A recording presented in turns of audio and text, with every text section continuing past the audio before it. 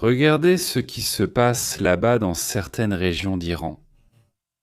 On commence à voir des pancartes, là on les voit, où ils cherchent à recruter des gens pour qu'ils deviennent membres du Hezbollah. Apparemment, ils leur paient 1 000 $ par semaine ou quelque chose comme ça. La question ici est, pourquoi auraient-ils besoin de recruter des gens à l'intérieur de l'Iran ?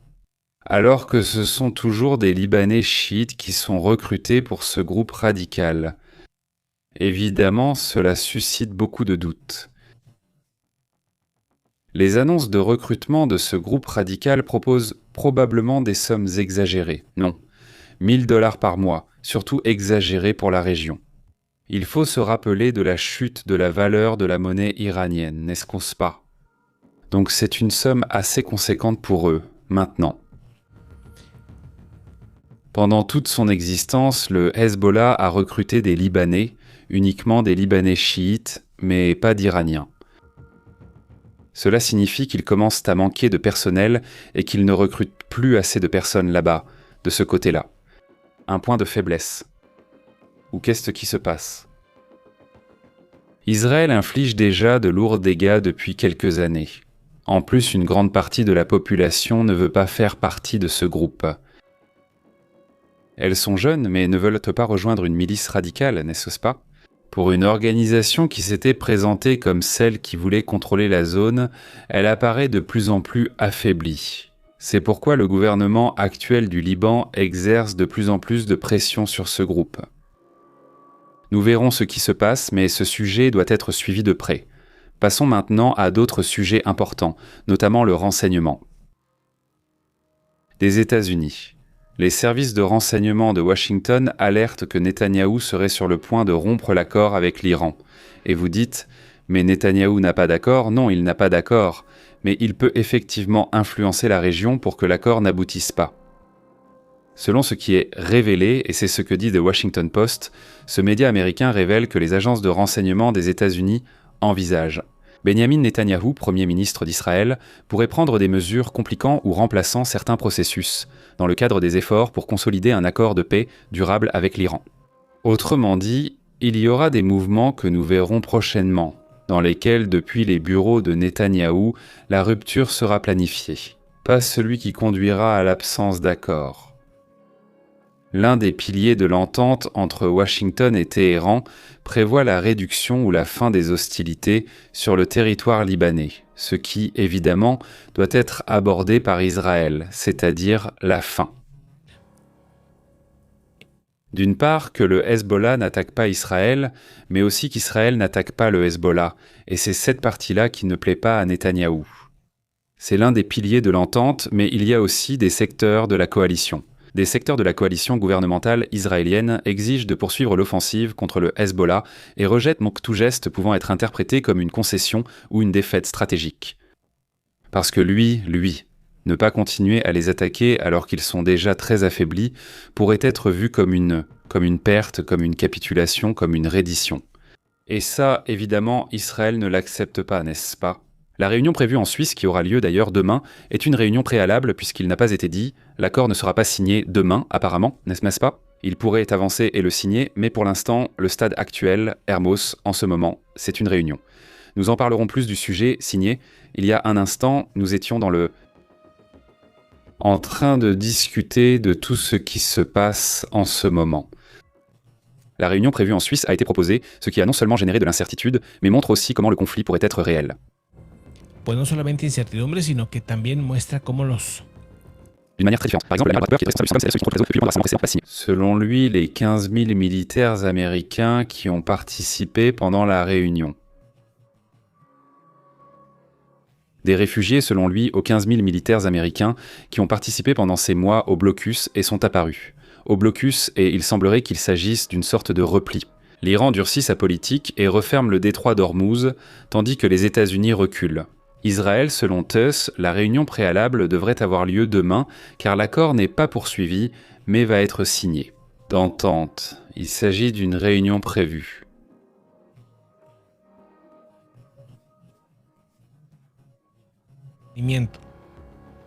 Está en juego, pues que Israel se quede solo, ¿verdad? Qu'Israël se retrouve seul, n'est-ce pas ? Il y a aussi un jeu de Hormuz, Bien, que Hormuz sea controlado Demain, c'est ce que planifient les États-Unis, parce que les États-Unis disent, ils parlent d'une réunion Digo lo que está planificando Estados Unidos, porque dice Estados Unidos que si jamais l'accord n'est pas conclu d'ici les 60 prochains jours, ce sont les États-Unis qui vont percevoir des péages dans la région. Autrement dit, regardez ce qu'ils signent. Donald Trump. Le président des États-Unis a précisé que le pacte avec l'Iran prévoit une libre circulation, sans péage, sans frais. C'est étrange, qu'est-ce que c'est? Une réunion? Le président des États-Unis a précisé que le pacte avec l'Iran prévoit une libre circulation dans la région, sans aucun frais. Cependant, il affirme que si finalement la décision est prise de commencer à facturer les services rendus, il avertit alors que les États-Unis seront ceux qui iront imposer des péages, car il s'agit d'une réunion préalable. Il ne devrait plus y avoir aucun type de péage. Il n'y en aura pas, dit-il. Il n'y aura pas de péage dans le détroit d'Ormuz, même pas pendant les jours de l'accord. Autrement dit, pour l'instant, il n'y aura pas de péage, il n'y aura aucun frais. Il dit que lors de la réunion prévue, il n'y aura aucun péage, aucun frais, à moins qu'il ne soit imposé par les États-Unis. Si c'est nous qui les mettons, oui, mais personne d'autre ne peut imposer de péage dans la zone, sauf si ce sont les États-Unis qui les imposent. Si c'est personne d'autre, il y aura la reçu la chaîne des forces de défense israéliennes, il y aura de signature. Cela attire également l'attention en ce moment, car selon la chaîne 12 de Prévista Suisse, c'est ainsi que cela se passe. Voyons voir, je me perds là sur cette carte, car ils vont déjà se réunir demain, lors d'une réunion préalable, où il n'y a plus... Israël ne fait pas de mouvement à l'intérieur du sud du Liban. Oui, ils vont rester dans cette zone, c'est confirmé. movimientos dentro del sur del Líbano sí que se van a mantener en esta zona, dentro del Líbano, pero que Israel no va a estar haciendo ataques. Según los informes del FDI, los movimientos y las hostilidades han cesado. Réunion prévue en Suisse, où Israël va mener des attaques. Selon les rapports de Tsahal, les mouvements et les hostilités ont cessé. Ils vont maintenir le contrôle de la zone qu'ils occupent actuellement, conformément aux instructions du Premier ministre Benyamin Netanyahou. L'un des principaux points de friction entre les États sera abordé demain, lors d'une réunion préalable, comme ils l'appellent. Ce n'est pas qu'Israël, n'est-ce pas? Au début, ils disaient qu'ils n'attaqueraient pas avec cela. Et maintenant, ils disent « non, mais qu'ils partent aussi ». Et ainsi de suite, n'est-ce pas? Ils essaient de gagner du terrain, non? De gagner du terrain dans tout cela. Et l'un des points de réunion prévus entre les États-Unis et l'Iran, depuis la signature du mémorandum d'entente, a précisément été fixé à demain. Des militaires israéliens affrontent le Hezbollah au Liban. Chose qui, pour l'instant du moins, selon la chaîne 12, a cessé. Mais les choses prennent une tournure différente. Selon ce qui est rapporté et ce que commence déjà à apparaître, certaines images, quelques photos, vidéos, etc., on voit qu'il y a des attaques. Selon les dénonciations, le Hezbollah lancerait 50 projectiles sur les forces rassemblées dans le sud du Liban, malgré le cessez-le-feu. Autrement dit, le Hezbollah tirerait dans ce territoire. Ils attaqueraient les forces devant se réunir demain lors d'une réunion préalable. Ils ont lancé plus de projectiles dans le sud, malgré le cessez-le-feu. Cette nuit, le Hezbollah a tiré plus de 50 projectiles sur des rassemblements israéliens. Après les attaques, les forces de défense d'Israël ont attaqué des cibles terroristes du Hezbollah, dit-on, dans le sud du Liban. C'est ce qu'a déclaré un responsable militaire israélien à l'agence AFP. Mais bon, le fait est que les attaques continuent, les mouvements continuent et cela ne semble pas terminé, donc pour demain, il y en aura d'autres à signer. C'est une alerte canicule. Une alerta calor tremenda.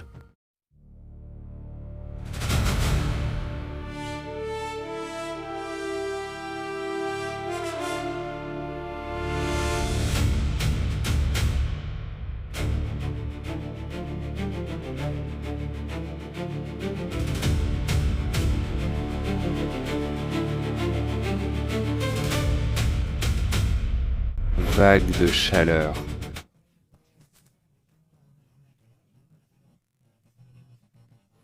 Et pas un épisode comparable à celui que vous vivez ici, en Californie et au Mexique, mais une vague de chaleur qui touche cette région du monde. Cette vague de chaleur a déjà entraîné plusieurs alertes. Et regardez, si on observe bien, voyez-vous, le pic de chaleur qui arrive pour demain, c'est énorme. La chaleur habituellement ressentie lors d'une réunion préalable, mais à un niveau proche, sera présente dans certaines régions d'Europe. Regardons les détails signalés, mais cela dépassera les attentes. Des endroits où les températures atteindront 40 degrés Celsius. Eh bien, dans des zones qui n'y sont pas très habituées, ils vont vivre soit des températures proches de 40, soit même des sensations thermiques encore plus élevées. L'alerte maximale, par exemple, est en cours en France, en Espagne, en Italie et même dans certaines autres régions de la Méditerranée. Les thermomètres en France ont atteint jusqu'à 40 degrés à plusieurs endroits. En France, avec une alerte rouge dans des dizaines de départements face à des épisodes de chaleur. Exceptionnel et surtout durable. L'agence météorologique Météo France a déclaré une alerte rouge dans 35 départements et en France, qui sera en vigueur demain, c'est une alerte rouge dans 35 départements et une alerte orange dans 45 autres départements. Face aux épisodes de chaleur qui se produisent, regardez par ici, soudainement, dans ces régions, car ils se manifestent. Et regardez par ici, soudainement, cela ne va pas s'arrêter.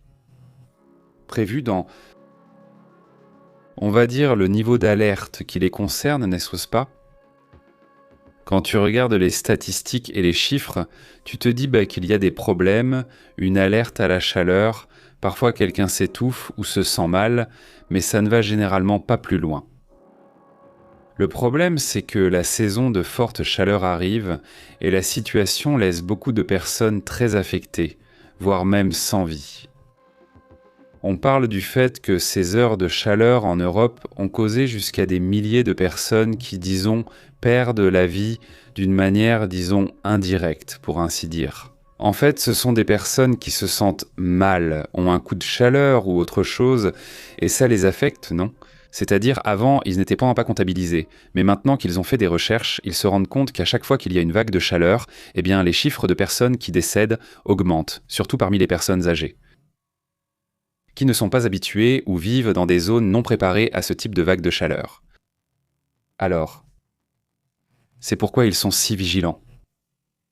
Les prévisions indiquent qu'aujourd'hui, les températures atteindront 38 degrés, et demain dimanche, entre 39 et 40 degrés, à Nueva à Catania, une partie de l'île de France, à Octa Socta, en Occitanie, là-bas. À Paris, en Bourgogne et dans d'autres régions, on aura aussi des températures assez élevées, avec même des pics allant jusqu'à 41 degrés Celsius. Donc ce qui arrive est difficile, du moins d'ici, nous allons rester attentifs à ce qui va se passer et nous en parlerons au fur et à mesure. Mais ça, c'est vraiment éprouvant. Tu sais, il y a des zones, si on va vers des régions plus proches du Golfe, vers le Koweït et des endroits comme ça, on atteint déjà des températures proches de 50 degrés, avec des ressentis thermiques de 52-53 degrés. C'est vraiment, vraiment extrême, non ? Et si tu vas encore plus vers le Moyen-Orient, vers le Sahel et toute cette région, c'est pareil. Le niveau de chaleur dans certaines régions est hallucinant. Donc voilà, nous resterons attentifs à cela. En attendant, passons à d'autres sujets également importants. Regardez, il y a tout un bras de fer entre la première ministre d'Italie et ce Donald Trump. Hier, nous en parlions, n'est-ce pas ? Ils se sont vraiment affrontés. Voyons si nous pouvons rétablir la situation. Voyons, je vais faire comme ça, ou alors imaginez que l'on montre déjà les commentaires. Déjà doublé en espagnol de Donald Trump et ensuite de Giorgia Meloni, non ? Ils se sont vraiment envoyés des pics. Qu'est-ce que je veux que dise Donald Trump ? En gros, ce qu'il dit, c'est qu'elle veut augmenter son audience. J'augmente. Sa popularité, et que c'est pour ça qu'elle lui parle et lui demande en quelque sorte de se rapprocher d'elle, essentiellement pour qu'elle augmente sa popularité. Il lui dit « S'il te plaît, vérifie d'abord ta popularité et on en reparle. » Il ne le dit pas, dit Donald Trump. La première ministre italienne, Giorgia Meloni, n'a cessé de me demander une photo avec moi lors de la réunion du G7 en France. Elle traverse une période difficile en Italie avec son niveau de popularité, peut-être parce qu'elle a rejeté les États-Unis d'Amérique. Un pays qui aime vraiment et protège l'Italie. Quand il s'est agi de refuser à l'Iran, elle l'a approvisionné. C'est-à-dire qu'elle lui a essentiellement demandé de laisser passer ou d'atterrir des avions, et elle a dit non, non, non. Si ce sont des avions de guerre, ils ne peuvent pas entrer, non ? Alors, face à cela, ils se sont vraiment fâchés. L'Espagne non plus, la France non plus, personne. Aucun pays d'Europe ne permettait qu'ils entrent sur leur territoire, n'est-ce pas ? C'est-à-dire, tant qu'ils étaient en opération de guerre. Ils ne voulaient pas faire partie de la guerre, n'est-ce pas ? Et ils disent un peu plus loin. Elle veut redevenir amie, dit Trump, pour améliorer ses chiffres. Non, merci, dit le président Jota de Trump. Il n'y a pas accordé beaucoup d'importance. Trompe Trauma, ce sujet montre que cela le touche, que cela lui fait mal, disons qu'on l'ait traité de menteur. Même la première ministre, Giorgia Meloni. Et alors Meloni lui répond et lui dit ce qui suit. Passons au message de Giorgia. Elle ne l'appelle pas président Trump. Ces attaques constantes et non provoquées sont insensées. C'est ce qui concerne ma popularité que vous soyez mon ami. Si, Si cela ne m'a certainement pas aidé, c'est-à-dire qu'être votre ami ne m'aide pas, il dit ni ne le fait, ni ne dépend de ma relation avec vous. Ma popularité dépend de ma capacité à défendre l'intérêt national de l'Italie. Et c'est exactement ce que j'ai toujours fait. C'est aussi ce que j'ai dit à propos des bases militaires américaines en Italie. Leur utilisation est régie par des accords que nous avons toujours respectés et qui ne peuvent pas être violés tant que je serai Premier ministre. L'Italie reste une nation souveraine. En tout cas, ma popularité ne vous regarde pas. Je vous suggère de vous préoccuper de la vôtre, lui dit Giorgia Meloni. Eh bien, voyons voir. Maintenant, il va vraiment répondre à la question de savoir s'il part ou non. Mais oui. Eh bien, ils sont contrariés, en colère, et ils se disent de presque tout, non? Ça aussi. Eh bien, ça attire l'attention. Il y a cette image. Si on peut la mettre ici, c'est cette image. La voilà. Il y a donc des manifestations cette fois-ci, de la part de la gauche là-bas au Pérou qui descend dans les rues. Cela apparaît déjà sur différents réseaux où, apparemment, la victoire de Fujimori n'est pas acceptée par la gauche et bon, vous savez déjà comment ça se passe.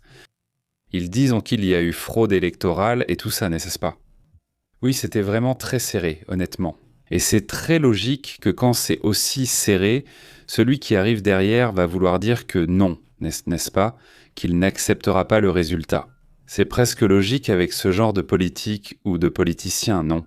Eh bien, voilà, on va continuer à voir ça. On va voir, non? S'il existe une preuve d'une faute, il faut en tenir compte. Mais on voit déjà d'importantes protestations. Au fait, faites attention à ce qui se passe en Bolivie.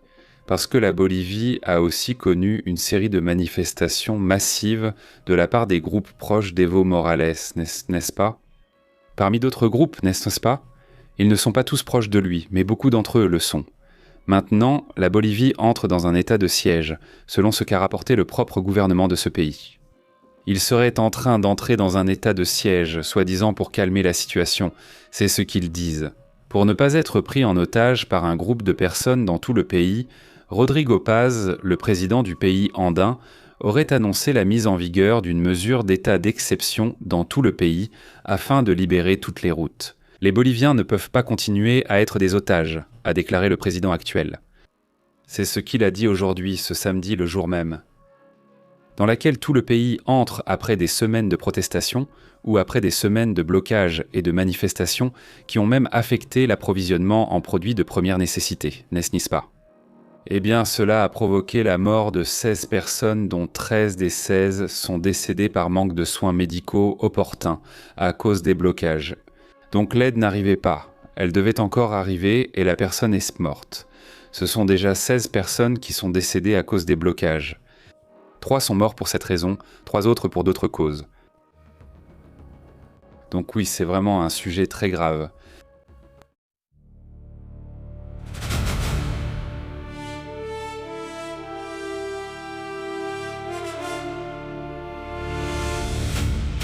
Super, donc une grande salutation à Julio Benavides, à Eliseo, comment vas-tu, Dios Continuo, comment vas-tu, à toute la communauté. Merci beaucoup à German, à toute la communauté qui arrive en direct. Louis Slam, quel plaisir de te voir ici. Orval Munoz et à toute la communauté qui arrive. Écoutez, merci beaucoup d'être avec nous en direct. Regardez, on va y aller tout de suite, on passe au prochain sujet, on passe au prochain direct dans lequel, eh bien, on va parler de quelque chose qui a un rapport avec ce Avilo et le conseil qui se tient à la Maison-Blanche concernant le sujet des webs, ainsi que quelques images qui sont apparues d'une supposée invasion en Espagne. Allons-y, abordons ce sujet. On y va, c'est parti pour le direct. Si ce n'est pas automatique, vérifiez ici même sur la chaîne. Nous apparaissons déjà en direct immédiatement.